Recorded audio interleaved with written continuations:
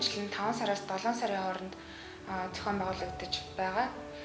Энэхүү үнэлгээний ажил маань үндсэн 3 зорилготой. Эхнийх нь бол телех хичээлийн зохион байгуулахад хууль эрх зүй болон санхүүжилтийн орчин хэрхэн бүрдсэн байна вэ гэдгийг бид үнэлнэ. Хоёрт нь бол телех хичээлийн үр дүнтэй байдлыг бид нар үнэлж байгаа. Гурав дахь нь бол бид нар телех хичээлийн төхөөрөмжтой байдлыг судалж байгаа.